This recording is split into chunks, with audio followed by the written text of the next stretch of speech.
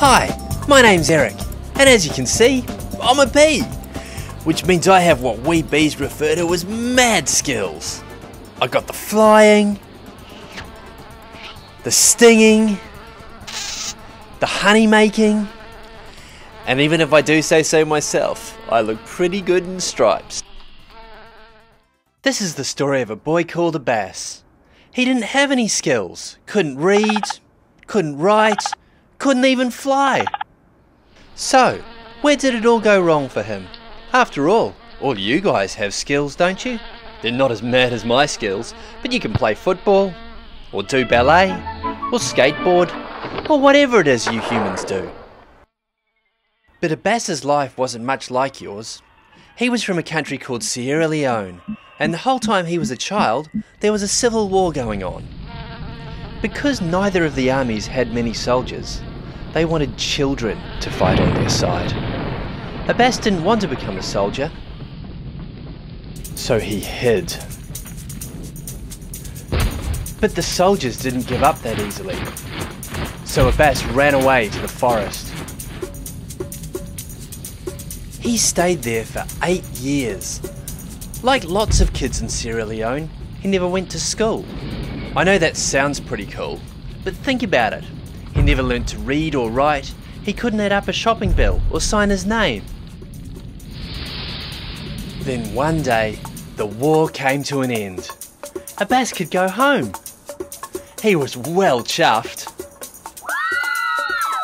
But what was he supposed to do now? Like lots of people in Sierra Leone, because of the war, he had no education and no useful skills. He couldn't earn any money to feed himself. If he got sick, he couldn't pay for medicine.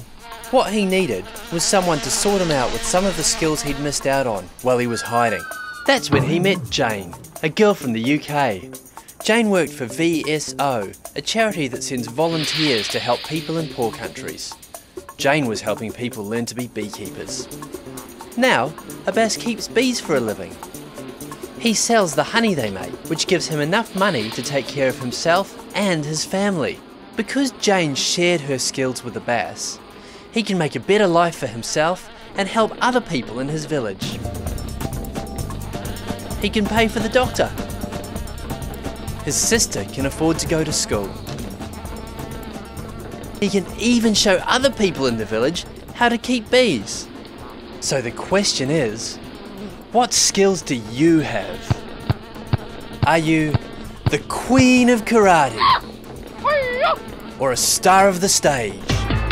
And, more importantly, are you up for the challenge of teaching your skill to someone else?